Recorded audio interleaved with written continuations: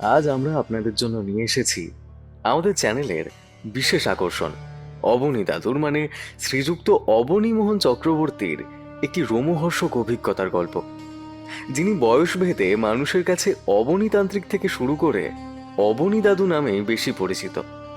তো অন্যান্য ছুটির দিনগুলোর মতোই বিহারীলাল সেদিনও চলে এসেছিল অবনীতান্ত্রিকের বাড়িতে। না, বিশেষ কোনো কাজে নয়, কিছুটা গল্প করে, আর সঠিকভাবে বলতে গেলে অবনীতান্ত্রিকের জীবন থেকে ওনার নানা রোমহর্ষক অভিজ্ঞতার গল্প শুনতে। এভাবে সময় সুযোগ পেলে বিহারীলাল ওনার কাছে প্রায়ই চলে আসতো। ঘণ্টাখানেক কথা বলে আবারও ফিরে যেত নিজের বাড়ি। আর আজও সেইভাবেই ও যখন এলো, তখন ভবানীতান্ত্রিক ওনার ঠাকুর ঘরে নিজের টুকটাক কাজ সারছিলেন। তো এবার চলুন আমরা বরং একবার অবনীতান্ত্রিকের ঠাকুর ঘরে একবার উঁকি দিয়ে দেখি উনি আপনাদের জন্য কি যেন বলছেন বলে মনে হচ্ছে।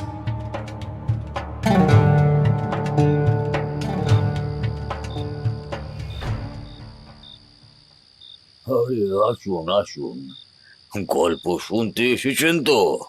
বসুন। আরে বাবা, আপনাদের কি বলছি, জুত করে না বসলে গল্পটা শুনে আপনাদের মন ভরবে না। তো হয়েছে কি, সেই দিনটা ছিল মাঘ মাসের সংক্রান্তি। এমনিতেই সংক্রান্তি তিথিতে আমি বিশেষ যাগযজ্ঞের কাজ হাতে রাখতাম না। আসলে সংক্রান্তি মানেই সূর্যদেবের অতিক্রমণ কাল তো।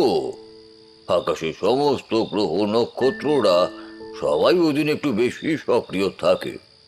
তাই আমি আগে বেশ কয়েকবার খেয়াল করে দেখেছি, ওই দিন কোনো যজমানের গ্রহ শান্তির পুজো করতে গেলে তাতে ফল হয়েছে হিতে বিপরীত। সেই কারণেই সেদিন, মানে ওই মাঘ মাসের সংক্রান্তির অলস সন্ধ্যাবেলা আমার ঠাকুর ঘরে বসে নিজের মনেই নবগ্রহ স্তোত্র পাঠ করছি। ঠিক এমন সময় ঘরের বাইরে কারোর একজনের পায়ের শব্দ শুনতে পেলাম। বুঝতে পারলাম আগন্তুক খুব সম্ভবত বিহারী লাল। দিনটা রবিবার হওয়ায় সে আমার কাছে এসেছিল খানিক খোঁজ গল্প করে সময় কাটাবার জন্য। এতে আমার অবশ্য বেশ ভালোই লাগে। আর বিহারীলালকে বলার সুবাদে আমার অতীত জীবনে ঘটে যাওয়া নানা ঘটনাগুলো আরো একবার করে মনেও পড়ে যায়। আমি পায়ের শব্দ থেকে বুঝলাম বিহারীলাল আমার ঘরের দাওয়ার নিচে জুতো ছেড়ে দাওয়ায় উঠে এসে চৌকাঠের বাইরে থেকেই হাত জড়ো করে মাথায় ঠেকিয়ে প্রণাম করে মাটিতে বসে পড়ল। আমি আমার ঠাকুর ঘরে সচরাচর বাইরের কাউকে ঢুকতে দিই না, সেটা বিহারীলাল বিলক্ষণ জানত। তবে তার অবশ্যই একটা কারণ আছে। আমার ঠাকুর ঘরে আমার পুজোর বেশ কিছু গুরুত্বপূর্ণ গুপ্ত যন্ত্রম এবং ঠাকুরের প্রতীকী লিঙ্গ রয়েছে, যার থেকে অবিরত অপার্থিব নানা শক্তি অদৃশ্য তরঙ্গ রূপে বিচ্ছুরিত হয়ে চলেছে। খালি চোখে সাধারণ লোকে তা দেখতে না পেলেও আমি তা খুব ভালো করেই বুঝতে পারি। তাই কোনো গৃহস্থ মানুষ যাতে তার প্রভাবে পড়ে নিজের ক্ষতি করে না বসে, তাই আমি তাদের সেই ঘরে ঢুকতে দিতাম না। আর বিহারীলাল সে কথা বিলক্ষণ জানতো বলেই সে চৌকাঠের বাইরেই বসে আমাকে বলল, এ কি তান্ত্রিক ঠাকুর, আজকে একদম ফাঁকা যে, কাউকে দেখছি না তো। অন্যদিন তো এই সময় কেউ না কেউ থাকেই, আজ কি কেউ আসেনি নাকি? তুমি তো জানোই বিহারীলাল, মাসের এই একটা দিন আমি কোনো কাজ করি না। তোমাদের যেমন সপ্তাহান্তে একদিন ছুটি থাকে, আমারও মাসেই একটা দিন ছুটি বলতেই পারো। ও, আজ মাসের সংক্রান্তি বুঝি? আসলে জানেন তো, ইংরেজি ক্যালেন্ডারের খেয়াল রাখতে রাখতে এখন আর বাংলা ক্যালেন্ডারের কথাটা মাথায়ই থাকে না। হ্যাঁ, আজ মাঘ মাসের সংক্রান্তি। আগামীকাল ফাল্গুন মাসের প্রথম সূর্যোদয় হওয়ার সময় সূর্যদেব তার রাশি পরিবর্তন করবেন। তবে তোমরা এখনকার ছেলে, বিজ্ঞান টিজ্ঞানের নথিপত্র অনেক কিছু পড়ে ফেলেছ তো। তা তোমরা এখন এইসব কিছু মানো টানো না, তাও তো আমি বিলক্ষণই জানি। আর যে বিষয়টা মানো না সে ব্যাপারে যে তোমাদের খেয়াল থাকবে সে আশা আমি অন্তত রাখি না। না না তান্ত্রিক ঠাকুর, ব্যাপারটা সেরকম নয়। আসলে এখানকার অফিস আদালতে যেহেতু ইংরেজি তারিখটাই চলে, তাই বাংলা পঞ্জিকার কথা আর খেয়াল থাকে না। কিন্তু আপনি এই কথা বললেন কেন যে সূর্যদেব কাল রাশি পরিবর্তন করবেন? ও মা, তাও জানো না? সেটাই তো নিয়ম গো। প্রতিটা মাসে সূর্যদেব এক একটা রাশি থেকে উদিত হন। বাংলার 12টা মাসের জন্য এই নির্দিষ্ট আকারে 12টা রাশি, মানে 12টা নক্ষত্র মণ্ডল। আর সূর্যদেব একটা করে মাস শেষ হলে সংক্রান্তির দিন পরবর্তী রাশিতে গোচর করেন। এভাবেই তো বাংলার মাসের গণনা করা হয় গো। যেমন ধরো, নববর্ষের শুরুর দিন অর্থাৎ পয়লা বৈশাখ সূর্যদেব মীন রাশি ছেড়ে মেষ রাশিতে প্রবেশ করেন। আবার সারা বৈশাখ মাস মেষ রাশি থেকে উদিত হওয়ার পর বৈশাখ মাসের সংক্রান্তি তিথিতে তিনি মেষ রাশি ছেড়ে তার পরবর্তী বৃষ রাশিতে প্রবেশ করেন। এটাই হলো মাসের গণনা। তবে তুমি কথাটা একদম সত্যি বলেছ। যেহেতু এখন আমাদের দৈনন্দিন জীবনে প্রয়োজন পড়ে না, তাই কেউই আর এসব হিসেব মাথায়ও রাখতে চায় না। অযথা মাথায় বোঝার কেই বা বাড়াতে চায় বলো দেখিনি? বিহারীলাল বেশ ভালোই বুঝতে পারে তান্ত্রিক ঠাকুর এই ব্যাপারটা মন থেকে একেবারেই সমর্থন করেন না। কিন্তু যুগের সঙ্গে তাল মিলিয়ে সত্যি বিহারীলাল বা ওর প্রজন্মের কারুর পক্ষেই বাংলা সন, তারিখ, তিথি, নক্ষত্র এসব মনে রাখা সম্ভব হয় না। আর সে ব্যাপারে সময় সুযোগ পেলে অবনীতান্ত্রিক ওকে কটাক্ষ করতেও ছাড়েন না।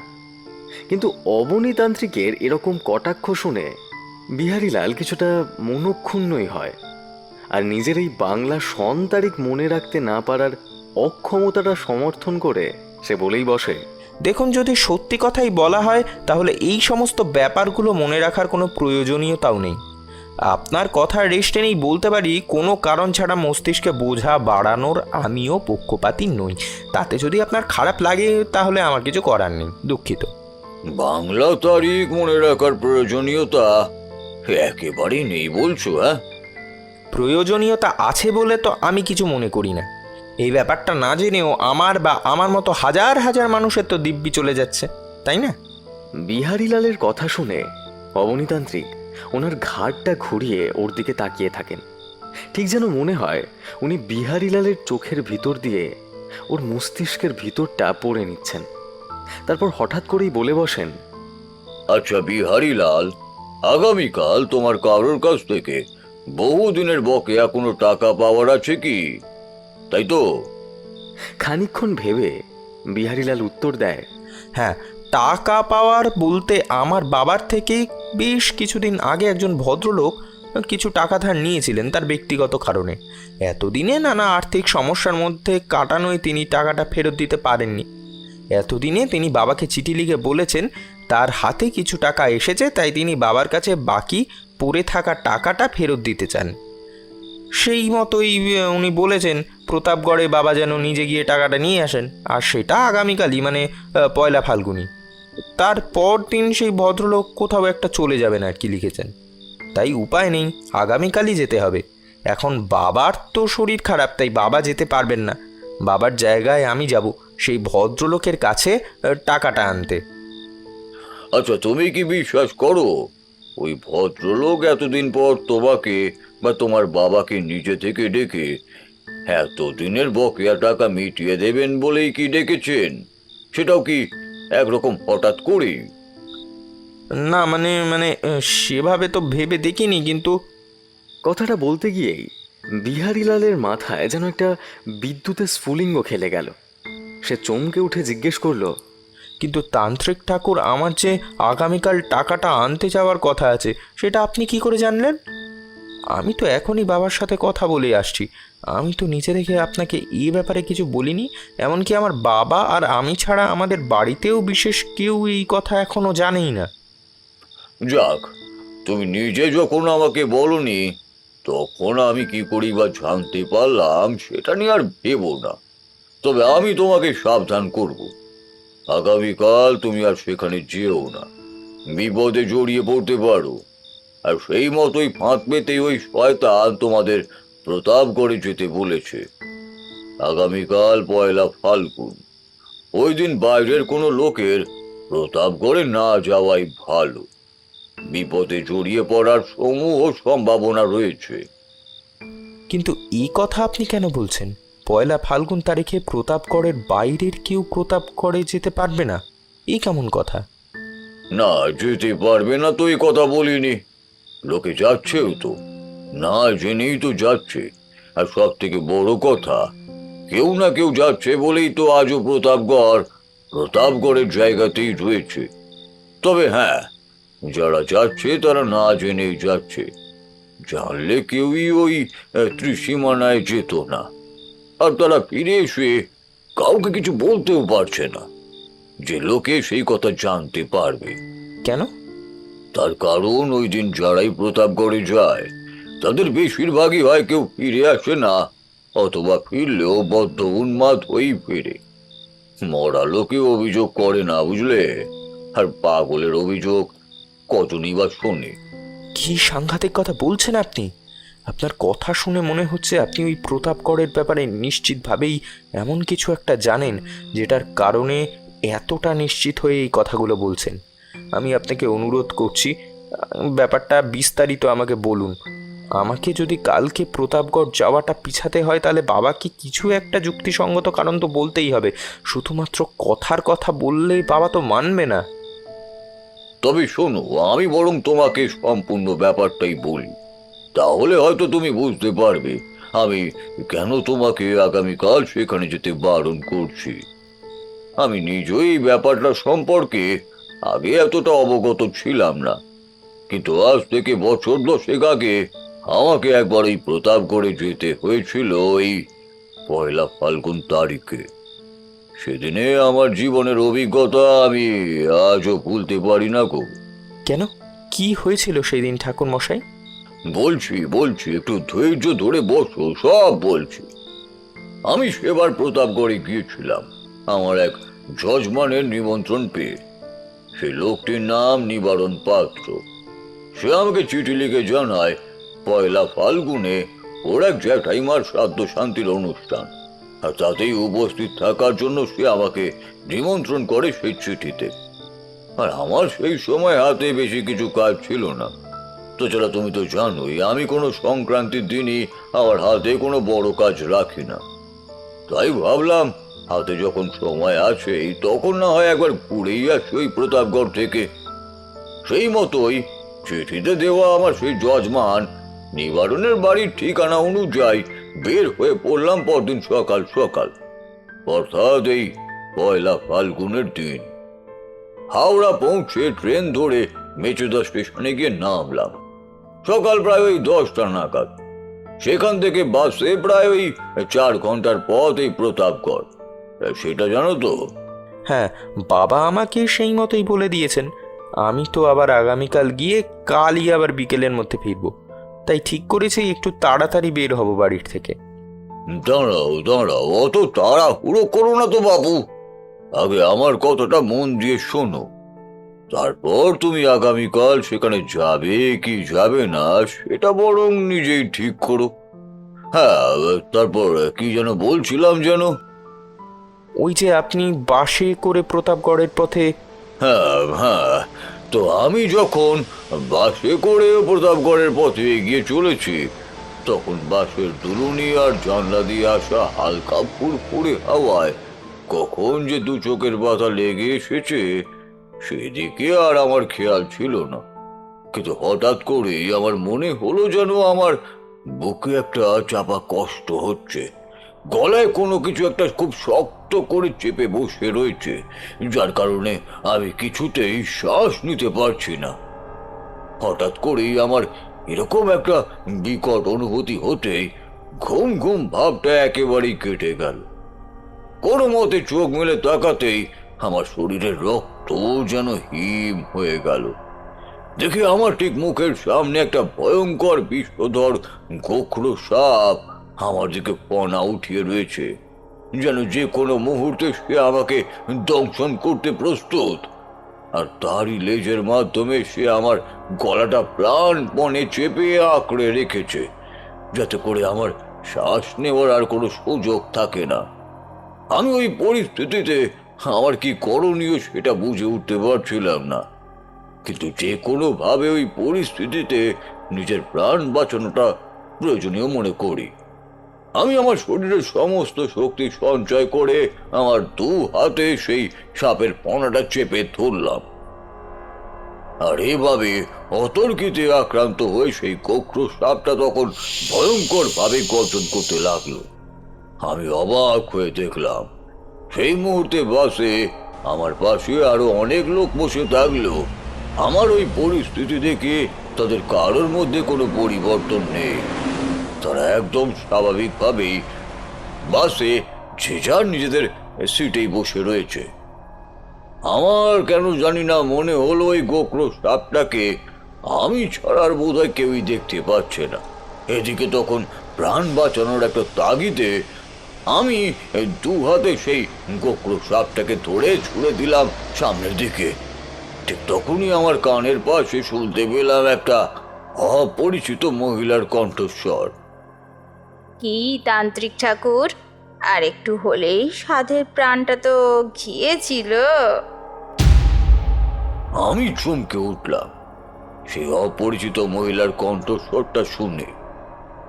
তার কারণ যতক্ষণ সেই সাপটার চাপ গলা থেকে একটু কমে যেতেই আমি হা করে নিঃশ্বাস নিতে নিতে আমার চারপাশে তাকিয়ে দেখছিলাম, ঠিক তখনই আমার পাশে দেখলাম একজন মাঝবয়সী সন্ন্যাসিনী বসে। তার কপালে একটা বিরাট বড় সদ্য তেল দিয়ে মাখা সিঁদুরের টিপ, মাথায় মাঝারি মাপের জটা, আর গলায় কয়েকটা ছোট ছোট টুকরো পশুর হাড় দিয়ে তৈরি করা একটা হার। এই মানুষটার পাঁচজন সাধারণ গৃহস্থ মানুষের মতো কেউ নন। তাই সে গোকরো সাপটাকে আর কেউ দেখতে না পেলেও ওই সন্ন্যাসিনী নিশ্চয়ই পেয়েছেন। আমি একটু ধাতস্থ হয়ে তাকে জিজ্ঞাসা করলাম, একটা বিষধর সাপ এখানে একটু আগেই ছিল আমার গলায়। আমার শ্বাস প্রায় বন্ধই হয়ে আসছিল। ও তোমাকে মারতে আসেনি তান্ত্রিক ঠাকুর, ও তোমাকে সাবধান করতে এসেছিল। সাবধান করতে? কেন বাবা, কিসের থেকে সাবধান করতে এসেছিল? তোমার নিশ্চিত মৃত্যুর থেকে। ওকে সেই জন্যই পাঠিয়েছিলেন মা কঙ্কালী। আমি তো আপনার কোনো কথাই কিছু বুঝতে পারছি না। আমি প্রতাপগড়ে যাচ্ছি একটা বিশেষ কাজে। আমার এক যজমানের বাড়িতে আজ এক শ্রাদ্ধ শান্তির অনুষ্ঠান আছে। সেখানে নিশ্চিত মৃত্যুর কোনো সম্ভাবনা আছে বলে আমি অন্তত জানি না। তোমার যজমান নিবারণ পাত্রের বাড়িতে শ্রাদ্ধ শান্তির অনুষ্ঠানে যোগ দেওয়া নয়, সে তোমাকে এই প্রতাপগড়ে ডেকে এনেছে তোমার নিজের শ্রাদ্ধ শান্তির ব্যবস্থা করার জন্য। আর তুমিও তার কথা বিশ্বাস করে কোনো রকম খোঁজ না নিয়ে চলে এসেছো এখানে। মানে আমার শ্রাদ্ধ শান্তি বলতে এই আপনি ঠিক কি বলতে চাইছেন? এ এক অভিশপ্ত গ্রাম অবনীতান্ত্রিক। এই গ্রাম আজও পর্যন্ত বিশ্বাস করে জটাবড়ির মায়াজাল তাদের রক্ষা করে চলেছে সমস্ত বাইরের জগতের আক্রমণ থেকে। আচ্ছা তান্ত্রিক ঠাকুর, তুমি আসামের মরিঙ্গা জেলার মারাং গ্রামের কথা জানো? হ্যাঁ, আমি ওই গ্রামের কথা শুনেছি।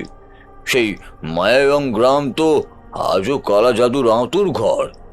সেখানের অনেক পুরনো রোমহর্ষক ইতিহাস রয়েছে, কিন্তু তার সঙ্গে প্রতাপগড়েরই বা কি সম্পর্ক? সম্পর্ক আছে তান্ত্রিক ঠাকুর।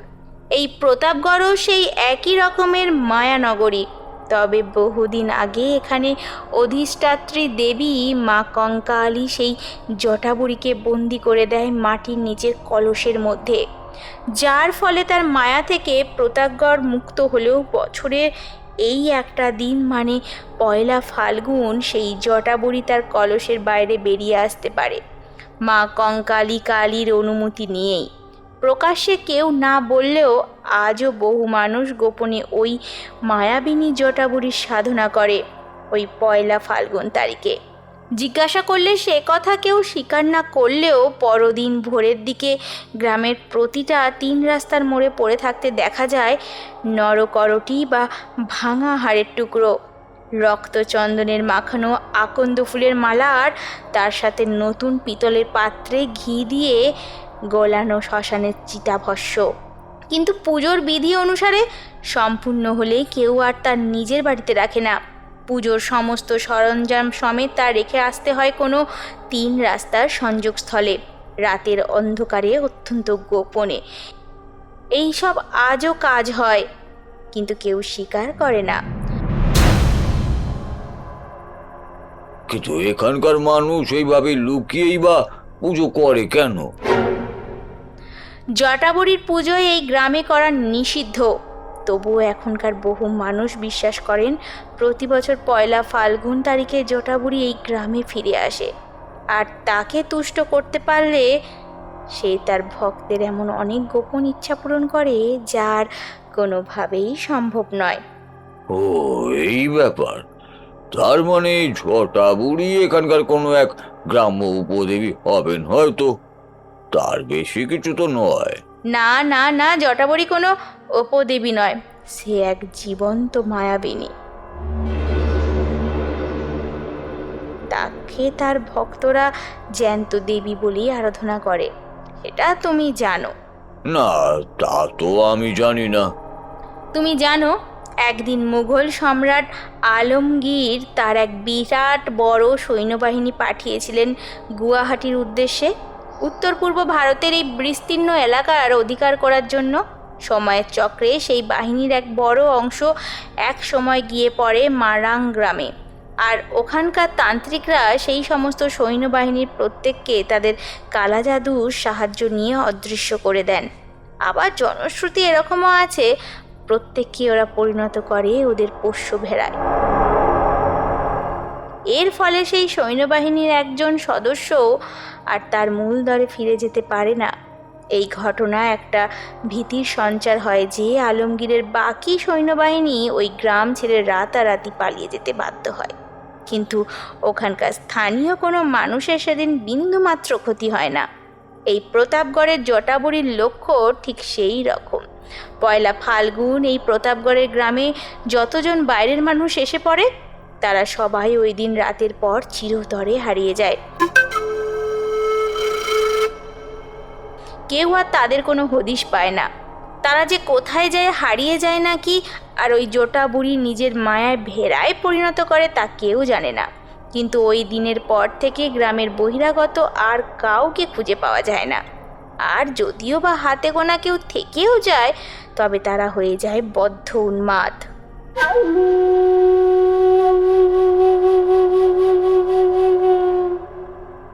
এ কি বলছেন আপনি? এ তো সাংঘাতিক ব্যাপার। কিন্তু এর একটা অসুবিধা হলো, একবার এই কথা লোকের মুখে মুখে প্রসারিত হয়ে পড়লে আর কেউ বাইরের লোক এই দিন তো এই গ্রামেই আসবে না।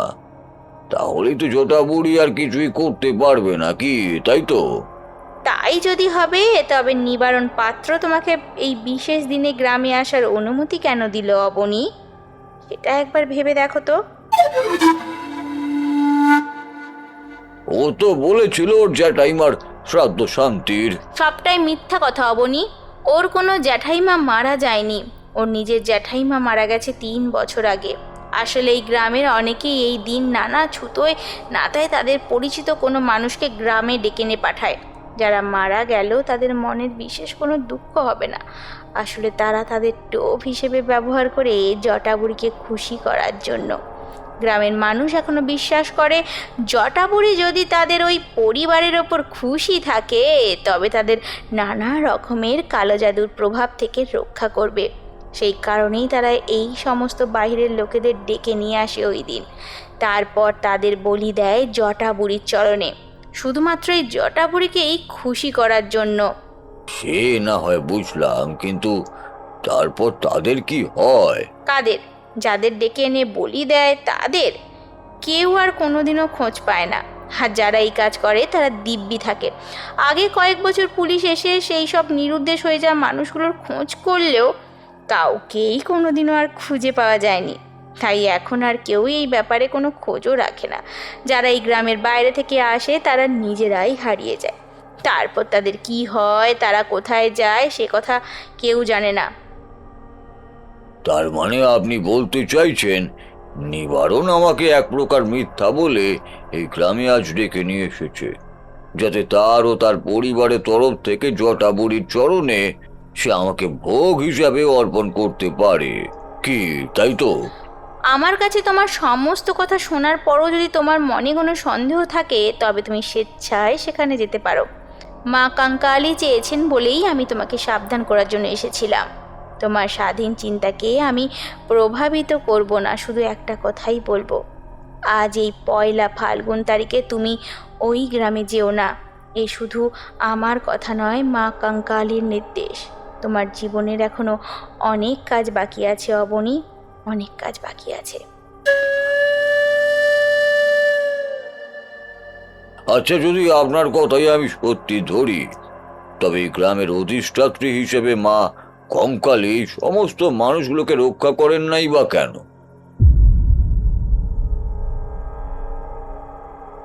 আমি কথাটা বলে আমি একটিবারের জন্য যেই অন্যদিকে তাকিয়েছি, তখনই দেখলাম সেই তান্ত্রিক মহিলা হঠাৎ করে যেন হাওয়ায় মিলিয়ে গেলেন। আমার কেন জানি না মনে হলো আমার শেষ করা প্রশ্নের উত্তর দেওয়াটা সযত্নে এড়িয়ে গেলেন সেই সন্ন্যাসিনী। আপনি এভাবে কেন ভাবছেন তান্ত্রিক ঠাকুর? এমনও তো হতে পারে ওনার হয়তো বাস থেকে নামার জন্য স্টপেজ এসে গিয়েছিল, সেই কারণেই উনি বাস থেকে নেমে গিয়েছিলেন। যদি এটা সত্যি হতো, তাহলে আমি ওনার অদৃশ্য হয়ে যাওয়ার কথা এতটা নিশ্চিত করে বলতাম না। বাস তখন কোথাও দাঁড়ায়নি, আর তার থেকে কেউই ওঠা নামাও করেনি। আর তাছাড়া সেই গেরুয়া বসন পরা সন্ন্যাসিনী যদি আমার পাশ থেকে উঠে যেতেন, তবে অত ভিড় বাসের মধ্যেও আমি তা নিশ্চয়ই খেয়াল করতাম। তাই উনি যে এক প্রকার অদৃশ্যই হয়ে গিয়েছিলেন, তাতে আমার অন্তত কোনো সন্দেহ ছিল না। কিন্তু কঙ্কালী মায়ের প্রসঙ্গে আমার তোলা প্রশ্নের উত্তর দিতে গিয়ে সেই সন্ন্যাসিনী অদৃশ্য হয়েই বা গেলেন কেন, এটা আমার মাথায় আসছিল না। যাই হোক, বাস যখন ছুটে চলেছে দুর্বার গতিতে, আমি আর ঘুমানোর চেষ্টা না করে ওনার বলে যাওয়া কথাগুলোই মনে মনে ভাবছিলাম। যদি সত্যি ওই গ্রামে তখনও সেই মায়াবিনী জটাবুড়ি থেকে থাকে, তবে সেটা সাংঘাতিক ব্যাপার। কিছুক্ষণ চলার পরে একটা বড় গঞ্জ এলাকা পড়তেই বাসের প্রায় 3/4 মানুষই নেমে গেল।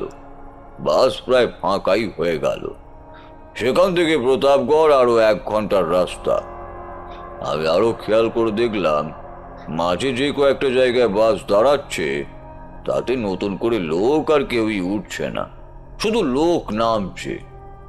এইভাবে আরো খানিকক্ষণ পর বাসে আর হাতে গোনা জনা 4-5 লোকই বসে রয়েছে। আর তখনই আমি আরো একবার স্পষ্ট শুনতে পেলাম সেই ভদ্র মহিলার কণ্ঠস্বর। নেমে যাও অবনী, বাস আর একটু পরেই প্রতাপগড়ের সীমানায় প্রবেশ করবে। নেমে যাও ওই বাস থেকে। আমি আর তোমাকে সাবধান করতে আসতে পারবো না। নেমে যাও, নেমে যাও, নেমে যাও বাস থেকে। প্রতাপগড়ের সীমানা প্রবেশ করো না, করো না।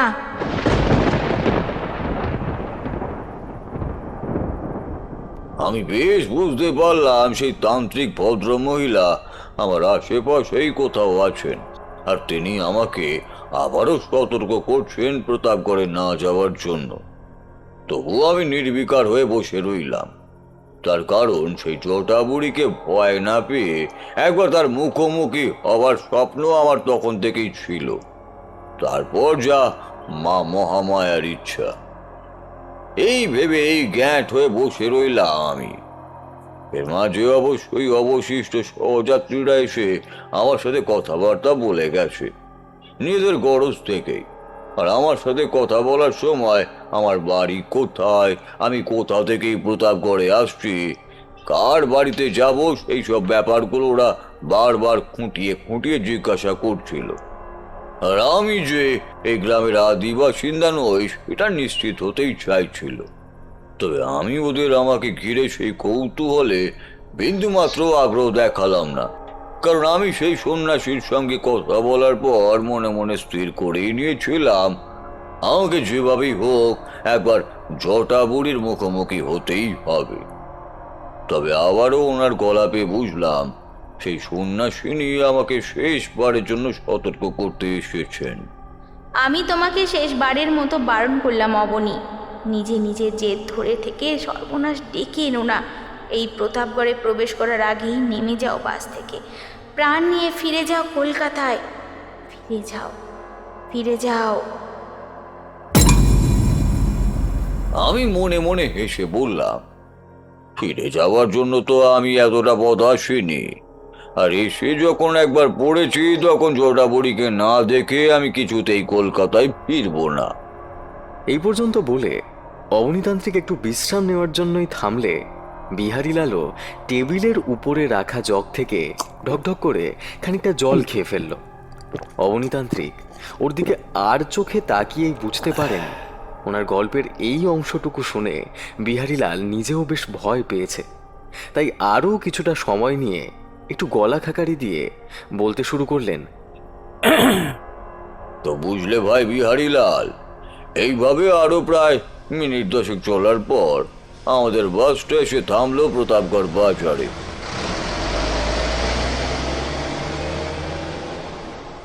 ঘড়িতে তখন বাজে প্রায় ওই দুপুর 1:30। তো দুপুরের কারণেই হোক কিংবা অন্য কারণেই বাজার এলাকাটা তখন একেবারেই শুনশান। প্রায় সব দোকানেরই ঝাঁপ নামানো, আর হাতে গোনা যে কয়েকজন লোক ওখানে ছিল সবাই আমার দিকে অবাক বিস্ময় নিয়ে তাকিয়ে তাকিয়ে দেখতে থাকে। আর ঠিক তখনই একটা প্রায় 20-22 বছরের মেয়ে কোত্থেকে জানি আমার কাছে এগিয়ে এসে আমার পায়ে মাথা ঠেকে প্রণাম করে আমাকে বলে, আসুন কর্তা, বড়মা আমাকে পাঠালেন আপনাকে এখান থেকে নিয়ে যাওয়ার জন্য। আপনি তো আর নিবারণ কাকার বাড়ি চেনেন না, আর এখন দুপুর হয়েছে, ভ্যান রিক্সাও পাবেন না। তাই বড়মা বললে আপনাকে আমি যেন নিজে গিয়ে নিয়ে আসি আর নিবারণ কাকার বাড়ি পৌঁছে দিই। আমি সেই মেয়েটার কথা কিছুই বুঝতে পারলাম না। সে কে আর কেই বা তার বড় মা, আমার তো কিছুই জানা নেই। তবে আমি এখানে যাওয়ার সময় থেকেই পরপর যে ঘটনাগুলো ঘটছিল তাকে আমি বুঝতে পারছিলাম। আমার সেখানে যাওয়াটা সম্পূর্ণভাবেই পূর্ব নির্দিষ্ট ছিল। আমি যেন কোনো একটা অদৃশ্য শক্তির নির্দেশ মতো কোনো একটা নির্দিষ্ট দিকে এগিয়ে চলেছি, আর সেই কারণেই সেই মেয়েটি সে আমাকে সাথে করে নিয়ে যেতে চাইল। আমি কোনো রকম আর প্রশ্ন না করে তার সাথে যেতে রাজি হয়ে গেলাম। আর তার সঙ্গে হাঁটতে হাঁটতে বাজার এলাকা পার করে একটা খালের পার ধরে যখন এগোচ্ছি তখন আমি সেই মেয়েটাকে বললাম, তোমার বড় মা তোমাকে আমার কাছে পাঠিয়েছেন মানেটা কি? আমি তোমার কথা কিছুই তো বুঝতে পারলাম না। এরপর তার উত্তরে সেই মেয়েটা যে কথাটা বলল সেটা শুনে আমি একেবারে থ হয়ে গেলাম। আপনাকে তো এতবার করে বারণ করলাম প্রতাপগড়ে না আসতে, আপনি তবুও কথা শুনলেন না। এবার দেখুন তো আপনার জন্য আমার বড়মার কি চিন্তা। তাই তো উনি আমাকে পাঠালেন আপনার কাছে, যাতে আপনার কোনো বিপদ না হয় সেটা দেখতে। ওনার কথা মতোই তো আমি এলাম গো। আমি অবাক হয়ে জিজ্ঞাসা করলাম, তুমি বারণ করলে মানে? তোমার সঙ্গে তো আমার এই মুহূর্তেই পরিচয় হলো, আমি এখনো পর্যন্ত তোমার নামটুকুও জানি না। এই আগে বলো তো তুমি কে? থাক, আমার পরিচয় আর আপনার জেনে কাজ নেই। এখন এইটুকু জেনে রাখুন, আমার নাম দুর্গা, আর আমি সব সময় আপনার সঙ্গে আছি। আমার বড়মা আমাকে বলে দিয়েছেন যে আমার কাছে ব্যাপারটা তখন ধীরে ধীরে পরিষ্কার হচ্ছে।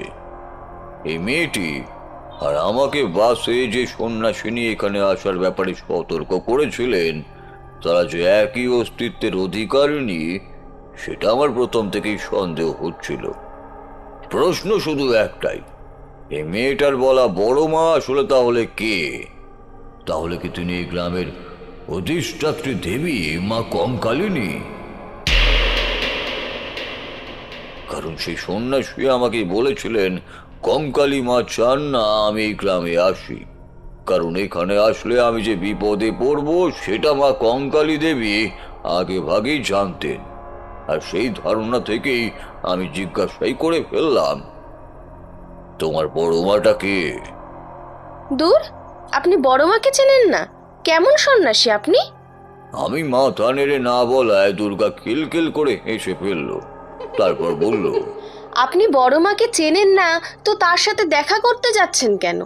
ওই জটাবড়ির সাথে দেখা করার আপনার শখ হলো সে না হয় ভালো কথা, কিন্তু সে আপনাকে হাতে পেলে যে ছেড়ে কথা বলবে না সেটা জানেন তো? তখন বাঁচতে হলে কিন্তু এই বড় মাই আপনাকে বাঁচাবে, আর কেউ জটাবড়ির হাত থেকে আপনাকে বাঁচাতে পারবে না। আমি হেসে মাথা ঝাঁকিয়ে বুঝিয়ে দিলাম সে কথা আমি জানি। আর ততক্ষণে আমাকে বাসে বলা সেই সন্ন্যাসিনীর কথা যে সঠিক তার প্রমাণও আমি পেয়েছি। যখন নিবারণ পাত্রের বাড়িতে পৌঁছে আমি জানতে পারি ওর লেখা চিঠির ব্যাপারটা সম্পূর্ণ সাজানো। নিবারণ পাত্রের জ্যাঠাইমা মারা গিয়েছেন অন্তত 3 বছর আগে, আর নিবারণ বলল সে নাকি সম্প্রতি এরকম কোনো চিঠি লেখেননি। আমি চিঠির কথা বলতে একেবারে মিথ্যা বলে সেই সম্পূর্ণ ব্যাপারটাই উড়িয়ে দেয়। আর বলবেন না তান্ত্রিক ঠাকুর, আমাদের এখানে পোস্ট অফিসের ব্যবস্থার এই তো অবস্থা। ওই চিঠি আমি আপনাকে লিখেছিলাম 3 বছর আগে, আর একদিনে কিনা সেই চিঠি আপনার কাছে গিয়ে পৌঁছেছে। ছি ছি ছি ছি ছি ছি, আপনাকে কতটা হয়রানি পোহাতে হলো বলুন দেখি। আমি নিবারণের কথা শুনেই বুঝতে পারি ও সম্পূর্ণ মিথ্যা কথা বলছে। চিঠিটাতে যেও গত 1 সপ্তাহ আগের তারিখে লেখা ছিল সেটা আমার বেশ পরিষ্কার মনে আছে। ওই চিঠি কখনোই 3 বছর আগের লেখা নয়। আর আমি তখন সেই কথা মনে মনেই ভাবছি, তখন দুর্গা আমাকে চোখ টিপে ইশারা করে আমি যেন এই প্রসঙ্গে একটা কথাও না বলি। আর ও আমাকে ওর পরিচয় আগে থাকতেই বলে রেখেছিল, আর সেই মতো আমি আসল প্রসঙ্গ এড়িয়ে মিথ্যা কথার জাল বুনতে থাকি। তবে যাক বাবা, যার ভুলের কারণেই হোক, তান্ত্রিক ঠাকুর যখন একবার আমাদের বাড়িতে এসে পড়েছেন তখন আর আপনাকে আমি এত সহজে ছাড়ছি না বাবু। এখানে 2 দিন থাকুন, আপনার পায়ের ধুলো আমাদের বাড়িতে পড়েছে, এটা আমাদের কত বড় ভাগ্য বলুন দেখি। কিন্তু তান্ত্রিক ঠাকুর, আপনার সাথে ওই মেয়েটিকে, এটাকে পেলেন কোথায়? পথে যেতে যেতে দুর্গা আমাকে ওর পরিচয় কি বলতে হবে সেটা আগে থাকতেই বলে রেখেছিল। আমি তখন দুর্গার শেখানো কথা মতো বললাম, আরে আমি তো তোমার বাড়ি চিনতাম না, তাই বাস রাস্তায় নেমে আমি কাকে তোমার বাড়ির কথা জিজ্ঞাসা করবো ভাবছি, তখন এই মেয়েটার সঙ্গে আমার পরিচয় হলো। ওই তো আমাকে তোমাদের বাড়ির পথ চিনিয়ে নিয়ে এলো গো। এই, তোর কি নাম রে? তোকে এই গ্রামে আগে দেখেছি বলে তো মনে হচ্ছে না। তুই আমাদের বাড়ির ঠিকানা জানলি কি করে? সে কি বলছো গো নিবারণ কাকা, তুমি আমায় চিনতে পারছো না? আমি তো ওই কঙ্কালীতলা মন্দিরে থাকি। মন্দিরের পুরোহিত রামতনু বন্দ্যোপাধ্যায় আমার বাবা। আমার নাম তো দুর্গা। আমিই তো তান্ত্রিক ঠাকুরকে বাস রাস্তার মোড় থেকে তোমাদের বাড়ি পর্যন্ত পথ দেখিয়ে নিয়ে এলাম। দুর্গার মুখে ওর নাম আর পরিচয় শুনে নিবারণ কেমন যেন থতমত খেয়ে গেল। দুর্গা ওকে দেখে মুচকি হেসে ওঠে, আর তখনই ওই পরিস্থিতিটা সামলে নিয়ে দুর্গা বলে, ঠিক আছে তান্ত্রিক ঠাকুর, আপনারা বরং কথা বলুন, আমি এবার আসছি, আমার এবার দেরি হয়ে যাচ্ছে। এই বলে দুর্গা প্রায় ছুটে নিবারণ পাত্রর বাড়ির উঠোন পার করে সদর দরজা দিয়ে কোথায় যেন হারিয়ে যায়। দুর্গা আমাকে আগে থাকতেই বলেছিল রাত হলে ও আবার আসবে। আমি যেন ততক্ষণ পর্যন্ত নিবারণ বা ওর বাড়ির লোককে কিছুমাত্র সন্দেহ করতে না দিই। আর সেই মতোই আমিও সেদিনের সেই চিঠির ঘটনা পোস্ট অফিসের ভুল বলে ধরে নিয়ে ওদের সঙ্গে গল্প করতে শুরু করলাম। তবে আমার সাথে ওদের বাড়ির লোকেরা যতই কথাবার্তা বলুক না কেন, নিবারণের আচার আচরণে আমার একটা সন্দেহ প্রথম থেকেই হচ্ছিল। ও যেন ভিতরে ভিতরে অত্যন্ত উত্তেজিত ছিল। এই ফাল্গুন মাসের শুরুতেও আমার সাথে কথা বলতে বলতে আমি ওর কপালে বিন্দু বিন্দু ঘাম জমে উঠতে দেখছিলাম। তবে দুর্গার কথা মতো আমি ওকে কিছুই বুঝতে দিলাম না। খুব স্বাভাবিকভাবেই সন্ধ্যা কেটে রাত নামলে রাতের খাওয়া দাওয়া মিটিয়ে আমাকে একদম বাইরের একটা ঘরে ওরা শোয়ার বন্দোবস্ত করে দিল। এদিকে ততক্ষণে ওদের বাড়ির লোকেরা, বিশেষ করে নিবারণের বউ, ঘরে যে কিছু একটা পুজোর আয়োজন করছে সে আভাস আমি পেয়েছি। ওকে বার দুয়েক চন্দন বাটতেও দেখলাম। পিতলের বাসনের ঠোকাঠুকির শব্দ ভেসে আসছিল পাশের ঘর থেকে। বুঝলাম রাত বাড়ার সাথে সাথেই পুজোর তোড়জোড় শুরু হয়েছে জোর কদমে। তবে যেহেতু আমাকে একবারও সে প্রসঙ্গে কিছু ওরা নিজে থেকে বলল না, তাই আমি সব কিছু বুঝতে পারলেও যেচে পড়ে ওদেরকে আর কিছুই জিজ্ঞাসা করলাম না। রাত তখন প্রায় 10টা। তখন নিবারণ আমাকে আমার ঘরে পৌঁছে দিয়ে বলে, তান্ত্রিক ঠাকুর, এবার আপনি বরং বিশ্রাম নিন। গরিবের বাড়িতে আপনি পায়ের ধুলো দিলেন, আমাদের কত ভালো লাগলো। আমাদের ভিটেটা যাকে বলে পবিত্র হয়ে গেল। আর জ্ঞানে হোক অজ্ঞানে হোক যদি কোনো অপরাধ করে থাকি তবে আমায় ক্ষমা করবেন তান্ত্রিক ঠাকুর। এই বলে নিবারণ যখন আমায় প্রণাম করলো, তখন আমার মনে হলো নিজের ভিতরে ভিতরে চরম অপরাধ বোধে ভুগছে। আমাকে বারবার বলছিল ও কোনো ভুল করলে আমি যেন ওকে ক্ষমা করে দিই। আর আমি যখন ওর মাথায় হাত রেখে আশীর্বাদ করছি, তখন বেশ বুঝতে পারলাম ও আমার দুটো পায়ের উপর মাথা রেখে কাঁদছে। ওর মনের অপরাধ বোধ যে ওকে তাড়িয়ে বেড়াচ্ছে, সেটা আমার বুঝতে তখন আর বাকি নেই। আসলে ও যে আমাকে জটাবুড়ির কাছে বলি হিসেবে অর্পণ করবে বলে এখানে ডেকে এনেছে মিথ্যা চিঠি লিখে, সেটা বুঝতে আমার তখন আর কোনো সন্দেহের অবকাশই নেই। তাই আমি ওর মাথায় হাত রেখে বললাম, দেখো নিবারণ, মানুষের চোখের জলের থেকে বড় প্রায়শ্চিত্ত আর কিছুই হয় না। কিন্তু ইচ্ছাকৃত অপরাধ যে চোখের জলে ধুয়ে যায় না, তা তো তুমি জানোই। তাই আমি বলবো, তুমি নিজে জ্ঞানত এমন কোনো কাজ করো না যার জন্য হাজারবার প্রায়শ্চিত্ত করার চেষ্টা করলেও তুমি সে পাপ ধুতে না পারো। নিজেকে সর্বদা সৎ পথে রেখো। মা মহামায়ার ইচ্ছা ছাড়া যে এই পৃথিবীতে একটা গাছের পাতাও নড়ে না, তা তো তুমি জানোই। তাই বাস্তবিক ব্যবহারিক জীবনেও সেটা মনে রেখো, সেই মতোই চলো। মা মহামায়া নির্দেশিত পথেই চলো, বুঝলে? তোমার আর তোমার পরিবারের মঙ্গল হবে। এই কথা বলার পর নিবারণ ধীরে ধীরে উঠে অবনী তান্ত্রিকের ঘর থেকে বের হয়ে আসে। নিজের ভুল বুঝতে পারলেও তার তখন আর কিছু করার নেই। তাই নিজের বুকের ওপর পাথর চাপা দিয়ে খুব ধীরে ধীরে ও অবনী তান্ত্রিকের ঘরের দরজার বাইরের শিকলটা লাগিয়ে দেয়, যাতে করে রাত্রে অবনী তান্ত্রিক আর ঘরের বাইরে বার না হতে পারে। জানো বিহারীলাল, নিবারণ যে আমার ঘরের দরজার শিকলটা বাইরে থেকে বন্ধ করে দিয়েছে, সেটা আমি খুব ভালোভাবে বুঝতে পেরেছিলাম।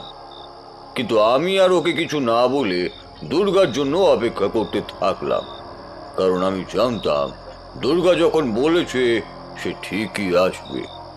আর ঠিক তাই হলো। আমি ঘরে চুপচাপ বসে রয়েছি, আমাকে শোয়ার জন্য যে তক্তাপোষটা দেওয়া হয়েছিল সেটার ওপরে, আর মনে মনে দুর্গা স্তোত্র পাঠ করছিলাম। ওম জয়ন্তী মঙ্গলা কালী ভদ্রকালী কপালিনী দুর্গা শিবা ক্ষমা ধাত্রী সদা নমস্তুতে। এভাবে প্রায় ঘণ্টাখানেক চলার পর হঠাৎ একটা শব্দ পেয়ে অবনীতান্ত্রিক সজাগ হয়ে উঠলেন। আমি বুঝতে পারলাম দুর্গা এসেছে। তক্তপোষ থেকে বসে ঘাড় ঘুরিয়ে দেখলাম আমার ঘরের দরজাটা হালকা খুলে গেল, আর সাথে সাথেই আমি দেখলাম দরজার বাইরে যেন এক দিব্য আলোক দীপ্ত ছড়িয়ে রয়েছে, অথচ বাইরে তো তখন নিকষ কালো অন্ধকার। খুব সম্ভবত দিনটা কৃষ্ণপক্ষের ত্রয়োদশী বা চতুর্দশী। তবে বাইরে আলো কোথা থেকে এলো সে কথাই যখন ভাবছি, হঠাৎ তখন দুর্গা দরজা দিয়ে ঘরে ঢুকে এলো আর আমাকে হাতের ইশারায় ডেকে বলল, কি অত ভাবছো বলো দেখি? আমাদের হাতে একদম সময় নেই গো। তোমাকে যত তাড়াতাড়ি সম্ভব নিরাপদ আশ্রয়ে পৌঁছে না দিতে পারা পর্যন্ত আমার শান্তি নেই। বড়মা আমাকে পই পই করে বলে দিয়েছেন তোমার যেন কোনো ক্ষতি আমি হতে না দিই। এবার চলো দেখিনি। আমার তখন আর কিছুই করার ছিল না। একরকম মন্ত্র মুগ্ধর মতো দুর্গার পিছু পিছু বের হয়ে এলাম নিবারণ পাত্রর বাড়ি থেকে। তারপর প্রায় ছুটে এগিয়ে চললাম দুর্গার দেখানো পথে। আর খানিকটা গিয়েই দুর্গা জঙ্গলের পথ ধরল। আমার বেশ মনে হলো এই পথে তো আমি আগে আসিনি, তবে আমরা এখন জঙ্গলের পথেই বা যাচ্ছি কেন? তবে দুর্গা আমাকে ওর কথায় ভুলিয়ে আরো বিপদের মধ্যে নিয়ে যাচ্ছে না তো? আর আমি সে কথা মনে মনে ভাবলেও দুর্গা যেন সেটা ঠিকই বুঝে ফেলল। আর তখনই সে আমাকে উত্তর দিল, ওরে বাবা, এই প্রতাপগড়ের জটাবুড়িকে দেখবে বলেই তো এখানে এলে। আমার একটা বারণও কানে নিলে না। তা এখন কি আর তার দর্শন না করে ফিরে গেলে হয়? চলো, তোমাকে একবার জটাবুড়ির দর্শন করিয়ে তারপর তোমায় নিরাপদ আশ্রয়ে পৌঁছে দিই। তাতে অন্তত তোমার মনের স্বাদটুকু মিটবে। নিজের চোখে দেখবে চলো সে কতটা ভয়ঙ্কর।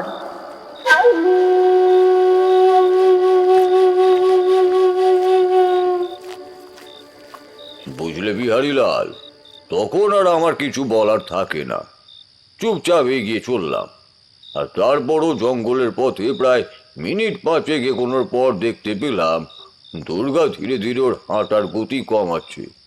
আর জঙ্গলটাও ক্রমশ গাঢ় হতে হতে হঠাৎ করেই একটা বৃত্তাকার ফাঁকা জায়গায় এসে উন্মুক্ত হয়ে পড়ল। বুঝলাম মানুষেরা ওখানকার গাছপালা পরিষ্কার করে ওই জায়গাটা তৈরি করেছে। কিন্তু কেন? জঙ্গলের মধ্যে কেউ এভাবে জায়গা পরিষ্কারই বা করবে কেন? তবে কি সেখানে এমন কিছু হয় যা বাইরের সমাজ থেকে লুকিয়ে রাখার জন্যই এই ব্যবস্থা? তবে কি হয় সেখানে? সেটা কি এমন কিছু গুপ্ত ক্রিয়া যা চর্চা প্রকাশ্যে করা যায় না? ওই যে ওটা জটাবুড়ির আস্তানা। যাও, সামনে এগিয়ে গিয়ে দেখে এসো ওখানে জটাবুড়ি কি করছে। দুর্গার নির্দেশ পেয়ে আমি সেই ফাঁকা জায়গার দিকে এগিয়ে যেতে গিয়েই লক্ষ্য করলাম আমার চারপাশে ঘুটঘুটে অন্ধকার। আমি আমার সামনের এক হাত দূরের কিছুও দেখতে পাচ্ছিলাম না। অথচ আমি জঙ্গলের মধ্যে এতটা পথ একা এসেছি। দুর্গার সাথে সাথে তখন তো আমার দেখতে কোনো অসুবিধা হয়নি, তাহলে এখন কেন? তখনই আমার খেয়াল পড়ে দুর্গার শরীরের থেকে ওই দিব্য আলোর প্রভাব বের হচ্ছিল, যার কারণে এতক্ষণ আমার কিছু দেখতে বা বুঝতে কোনো অসুবিধা হয়নি। আমি প্রায় অন্ধের মতো দুর্গাকে অনুসরণ করেই এসেছি দুর্গারই দেওয়া আলোয়। কিন্তু ওই জঙ্গলের মধ্যে ফাঁকা জায়গাটায় পা রাখতেই দেখলাম দুর্গা আমাকে ছেড়ে চলে গেল। আর ঠিক তখনই একটা নিশ্চিদ্র অন্ধকারে সে আমাকে ঘিরে ধরল। তবে পরে বুঝেছিলাম সেটা আমাকে বাঁচানোর জন্য দুর্গা সঠিক কাজই করেছিল। না হলে ওই আলোর মধ্যে ওই শয়তানের দল সহজেই আমাকে দেখে ফেলতো। আর তাহলে সেখানে যে কি ভয়ঙ্কর কাণ্ড ঘটতো সেটা ভেবেই আমার বুক শুকিয়ে আসে। তবে বেশ খানিকটা দূর থেকে হলেও জটাবুড়ি সেই হাড় কাঁপানো গলা আমি সেবার শুনতে পেয়েছিলাম। জটাবুড়ি কিছু একটা মন্ত্রপাঠ করছিল, তবে অতটা দূর থেকে ও কি মন্ত্র পড়ছে সেটা খুব ভালো করে ঠাহর করতে পারছিলাম না। হ্যাঁ, সে তো বুঝলাম, কিন্তু সেখানে জটাবুড়িকে আপনি ভালো করে দেখতে পাননি? তাও পেয়েছিলাম। ওই জায়গায় পৌঁছে কয়েক কদম এগোতেই দেখলাম একটা জায়গায় বেশ কিছু মানুষ গোল হয়ে বসে রয়েছে, আর তাদের মাঝে একটা আগুন জ্বলছে। তবে সেই আগুনের কালো ধোঁয়া একটা দম বন্ধ করা বিকট গন্ধ আমার নাকে এসে ঠেকলো। প্রথমে বুঝতে না পারলেও পরে বুঝলাম সেই আগুনটা জ্বালাবার জন্যই কোনো তেল বা ঘি ব্যবহার করা হচ্ছে না, তার জায়গায় ব্যবহার করা হচ্ছে কোনো মরা পশুর চর্বি। এই বিকট গন্ধটা তারই। আর তার চারপাশে লোকগুলো নিজেদের মাথা থেকে পা পর্যন্ত কালো কাপড়ের চাদর দিয়ে মুড়ে হাঁটু কেটে বসে রয়েছে। একটু কান পাতে শুনতে পেলাম ওরা নিজেদের মনে একটা মন্ত্রের মতো কিছু পাঠ করে চলেছে। আমি কান খাড়া করে সেই মন্ত্র শুনেই চমকে উঠলাম, কারণ এই মন্ত্র তো নিষিদ্ধ। এই মন্ত্র তো মায়াবী পিশাচদের আহ্বান করতে ব্যবহার করা হয়। আমার মনে হলো তবে তো দুর্গা ঠিকই বলেছে, এটাই সেই জটাবড়ি রাস্তাটা, যেখানে ওরা সেই নিষিদ্ধ বিশ্বাস সাধনা করছে মায়া শক্তির ওপর নিয়ন্ত্রণ আনার জন্য। আর প্রতিবার সেই আগুনে আহুতি দেওয়ার সাথে সাথেই সেই আগুনের শিখা দাউ দাউ করে জ্বলে উঠছিল, আর তার থেকে শত শত আগুনের স্ফুলিঙ্গ ছিটকে বের হয়ে আসছিল। আমি অতটা দূরে দাঁড়িয়েও সেই আগুনে হাওয়ার ঝলক অনুভব করতে পারছিলাম। অথচ ওই পিশাচের পূজারীরা সেই আগুনকে অতটা কাছ থেকে ঘিরে থাকলেও তাদের মধ্যে বিন্দু মাত্র বিকার দেখলাম না। প্রতিবার আহুতি দেওয়ার সাথে সাথেই তারা আনন্দে উল্লাস করে উঠছিল আর জটাবুড়ির নামে জয়ধ্বনি দিচ্ছিল। সব থেকে বড় কথা হলো, তাদের সেই চিৎকারের সাথে সাথেই গ্রামের ভিতর থেকেও মৃদু স্বরে সেই একই শব্দ ভেসে আসছিল। মানে সে আবার কি কথা? জটাবুড়ি আর ওর দলবল তো ছিল জঙ্গলের মধ্যে, তাহলে গ্রামের দিক থেকে সেই একই ক্রিয়ায় কারা অংশ নিয়েছিল? প্রথমে সত্যি ব্যাপারটা আমিও বুঝতে পারিনি, কিন্তু তারপরে আমার মনে পড়ে দুর্গা আমাকে বলেছিল মাঘ মাসের সংক্রান্তির পরের দিন গ্রামের প্রত্যেকটা 3 রাস্তার মোড়ে এই একই রকমের পুজোর সামগ্রী পড়ে থাকতে দেখতে পাওয়া যায়। তার মানে মূল পুজোটা জটাবুড়ি এখানে করলেও গ্রামের আনাচে কানাচে ছড়িয়ে থাকা তার শিষ্যরা সেই মুহূর্তে একই কাজ করে চলেছে। আর এখানে ভক্তদের ওই উল্লাস মেশানো চিৎকার আসলে রাতের নিস্তব্ধতার বুক চিরে তাদের কাছে এই মূল তান্ত্রিক ক্রিয়ার বার্তা বয়ে নিয়ে যাচ্ছে, আর সেই মতোই তারা তা অনুসরণ করছে। বাবা, এ তো সাংঘাতিক ব্যাপার। তারপর কি দেখলেন? এই তোমার মতো এই অতি উৎসাহই আমার সেদিন কাল হয়েছিল, বুঝলে? তোমার মতোই আমিও আরো কাছ থেকে ওদের কীর্তিকলাপ দেখার জন্য এগিয়ে যেতে গেলাম, আর তখনই আমার নড়াচড়া ওরা দেখতে পেয়ে যায়। আমি হঠাৎ করে দেখি ওই শয়তানের দল পাগলের মতো আমার দিকে ছুটে আসছে।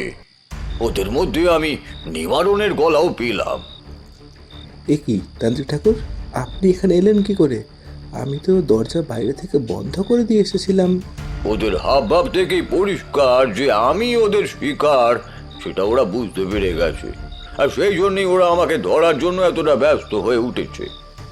ক্ষণিকের মধ্যেই পরিস্থিতি এমন ভাবে বদলে গেল যে আমি নিজেকে রক্ষা করব সেই সুযোগটাও পেলাম না। হঠাৎ করে দেখলাম আমি প্রায় ওদের নাগালের মধ্যেই এসে গিয়েছি, আর ঠিক তখনই আরো একটা অদ্ভুত ঘটনা ঘটলো। সাবধান, আমি তোদের সাবধান করছি, আর এক পাও এগোলে আমি তোদের শেষ করে দেব। আমি পরিষ্কার দেখলাম আমার সামনে আমার ঢাল হয়ে এসে দাঁড়ালো দুর্গা। ওর হাতে এক দিব্য ত্রিশূল, আর ওর সারা শরীর থেকে ছড়িয়ে পড়া আলোয় আবার সেই জায়গাটা আলোকিত হয়ে উঠলো। আর সেই আলোয় সেই মায়া পিশাচের সাধকরা হঠাৎ যেন থমকে গেল। তারা ক্ষণিকের জন্য একে অপরের দিকে তাকিয়ে দেখেই পাগলের মতো চিৎকার করতে লাগলো। আর সেই সুযোগেই দুর্গা আমার হাতে একটা হ্যাঁচকা টান দিয়েই বলল, আর এখানে এক মুহূর্ত সময় নষ্ট নয়। কেন বুঝতে পারছো না? এ জায়গা আমাদের জন্য নয়। যদি তোমার জটাবুড়িকে দেখার শখ মিটে থাকে, তবে এবার প্রাণ বাঁচিয়ে পালাও। এটা মায়ার ক্ষেত্র, এখানে তোমার কোনো তন্ত্র কাজ করবে না। সেটা কি তুমি বুঝতে পারছো না? আমিও বুঝলাম যথেষ্ট হয়েছে, এবার দুর্গার কথা মেনে নেওয়াই সঠিক সিদ্ধান্ত হবে। অতি উৎসাহ দেখাতে গিয়ে আমি ইতিমধ্যেই অনেক বড় বিপদ নিজের জন্য ডেকে এনেছি, তাই আর নয়, এবার আমার দুর্গার কথা মেনে নেওয়াটাই উচিত। এই বলে যে আমি পিছনে ঘুরে এখান থেকে পালাবার চেষ্টা করতে যাব, ঠিক তখনই দেখি মাটি থেকে বের হয়ে আসা একটা কাটা হাত আমার ডান পাটা শক্ত করে চেপে ধরে রেখেছে। আমি আর এক মুহূর্ত সময় নষ্ট না করে অন্য পা দিয়ে এক ঝটকা দিয়ে সেই হাতের বন্ধনটা ছাড়িয়ে ফেললাম, আর দুর্গার সঙ্গে দিলাম রাম দৌড়। তারপর কতক্ষণ ছুটেছিলাম, কোন দিকে ছুটেছিলাম, সেসব কিছুই আমার আর খেয়াল ছিল না।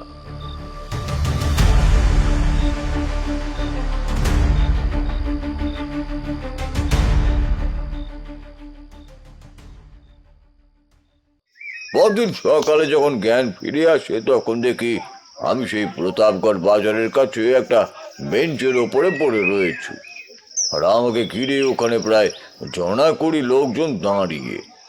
একটু দ্বাদস্থ হলে তাদের কথা থেকেই বুঝতে পেরেছিলাম আমি একমাত্র লোক যে প্রতাপগড়ের বাসিন্দা না হয়েও পয়লা ফাল্গুনে প্রতাপগড় থেকে বেঁচে ফিরে আসতে পেরেছি। তবে তাদের কারোর কাছেই আমি কঙ্কালী মায়ের মন্দিরের পূজারীর মেয়ে দুর্গার খোঁজ করলে কোনো উত্তরই আর পাইনি। পরে বুঝেছিলাম কালো জাদুর মায়াকে খণ্ডন করতে সেটাও বোধ হয় মা মহামায়ার তৈরি করা কোনো একটা মায়াই ছিল।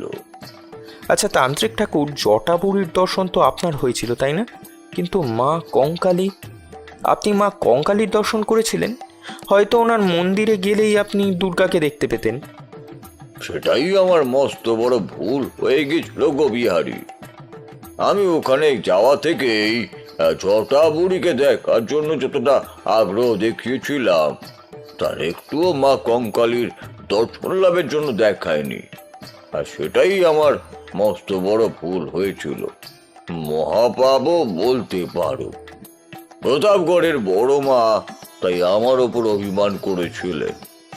মা কঙ্কালী সেদিন আমাকে প্রাণে বাঁচালেও দর্শন দেয়নি। আমি মায়ের মন্দিরে গেলে দেখি মন্দির বন্ধ, আর দুর্গা কেন কোনো পুরোহিত মশাই বা তার পরিবারের কাউকে আমি এবার দেখতে পাইনি। বলতে পারো সেবার খালি হাতেই ফিরে আসতে হয়েছিল আমাকে। সেদিনই দুপুরে বারাকান্ত মনে ফিরে আসছি কলকাতায়। তবে যা, এত কাণ্ড করেও মা কঙ্কালীর দর্শনটাই হলো না? না, ওই যে বললাম সেবারের জন্য হলো না। তবে যখন ট্রেনে করে ফিরছি তখন আমার কানের কাছে ফিস ফিস করে শুনতে পেলাম আমার অতি পরিচিত সেই সন্ন্যাসিনীর কণ্ঠ। সে আমাকে বলল, কোথায় যাচ্ছ তান্ত্রিক ঠাকুর? একবার যখন এই প্রতাপগড়ে বহিরাগত হয়ে পা রেখেছ তখন সে তোমাকে এত সহজে ছেড়ে দেবে ভেবেছ? সামনেই মাঘ সংক্রান্তির মধ্যেই সে তোমাকে আবার ঠিক এখানে টেনে আনবে। আমি চিনতে পারলাম সেই সন্ন্যাসিনীরই গলা, যিনি আমাকে প্রতাপগড় যাওয়ার আগে বহুবার নিষেধ করেছিলেন সেখানে যেতে। কিন্তু এবার তিনি কার কথা বললেন? তবে কি জটাবুড়ি আমাকে লক্ষ্য করেছে, আর আমাকে শেষ না করা পর্যন্ত সে আমাকে নিস্তার দেবে না?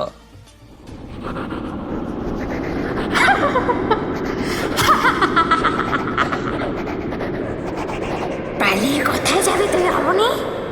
তোকে ফিরে আসতেই হবে আমার কাছে। আর যদি তুই ফিরে না আসিস তবে আমি নিবারণ আর গোটা পরিবারকে শেষ করে দেব। ফিরে আয় অবনি, ফিরে আয়, না হলে নিবারণের পরিবারের প্রত্যেক সদস্যের মৃত্যুর জন্য দায়ী থাকবি তুই।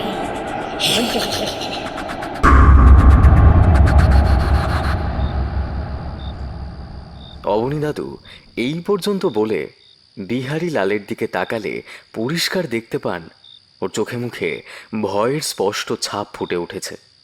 তবে ততক্ষণে অনেকটা রাত হয়ে যাওয়ায় বিহারীলালকে এবার উঠতে হতো, না হলে ওর বাড়ি পৌঁছাতে দেরি হয়ে যাওয়ার সম্ভাবনা ছিল। তাই মনে অসীম একটা উৎকণ্ঠা নিয়ে বিহারীলাল উঠে পড়ে অবনী তান্ত্রিকের বাড়ির সেই গল্পের আড্ডা থেকে। ওনার থেকে বিদায় নিয়ে রাস্তায় নামে আর বলে আসে, কাল আমি প্রতাপগড় যাব না তান্ত্রিক ঠাকুর, কিছুতেই যাব না। আমি বাবাকে আজই বলে দিচ্ছি, আমার পক্ষে এই পয়লা ফাল্গুন সেখানে যাওয়া সম্ভব নয়। তবে কাল তো এমনিতেই ছুটি আছে, তাই সন্ধেবেলা আমি এখানে চলে আসব। জটাবুড়ির তারপর কি হয়েছিল সেটা না জানা পর্যন্ত আমার কিছুতেই স্বস্তি হচ্ছে না তান্ত্রিক ঠাকুর। বেশ, সেই ভালো। তুমি বরং কাল সন্ধে এসো, তোমাকে জটাবুড়ির বাকি কথা আমি বলবো ক্ষণ। এখন বরং তুমি সাবধানে বাড়ি যাও। মা দুর্গা তোমাকে রক্ষা করুক।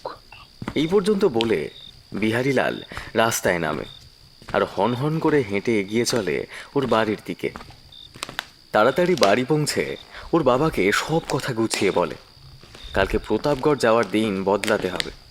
তবে কিছুক্ষণ হাঁটার পরেই বিহারীলাল পরিষ্কার বুঝতে পারে ফাঁকা রাস্তায় ওর পাশে পাশে আরও কেউ একজন হেঁটে চলেছে, যাকে দেখতে না পেলেও তার পায়ের শব্দ, তার ছায়ার উপস্থিতি বিহারীলাল অনুভব করতে পারে একদম নিশ্চিতভাবেই। নিজের হাঁটার গতি কমে আসে বিহারীলালের। বিপদ আসন্ন বুঝতে পেরেই কাঁপা কাঁপা গলায় জিজ্ঞেস করে, কে কে রয়েছে এখানে? আমার সামনে এসো। যদি মনে করো আমি ভয় পেয়েছি তাহলে কিন্তু মস্ত ভুল করবে। আমি কাউকে ভয় পাই না। এই আমি। বিহারীলালের কথা শেষ হওয়ার আগেই সে শুনতে পায় এক বীভৎস নারী কণ্ঠ। তুই কাল আসবি না? কেন বলেছিস রে মুখ পড়া? ওই শয়তান বুড়ো তান্ত্রিকটা তোকে আমার কাছে আসতে বারণ করেছে, তাই না? ওর কথায় কান দিস না, চলে আয় আমার কাছে। এখানে এলে তুই যা চাইবি আমি তোকে তাই দেব, আর না এলে এই নিবারণের মতো তোকেও আমি শেষ করে দেব। কথাটা যেন মনে থাকে তোর। হ্যাঁ।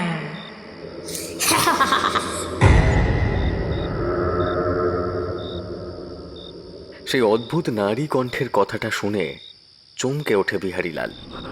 কি করবে বুঝতে না পেরে রাস্তার ওপরেই ধপ করে বসে পড়ে। এবার ও কি করবে কিছুই মাথায় আসে না ওর।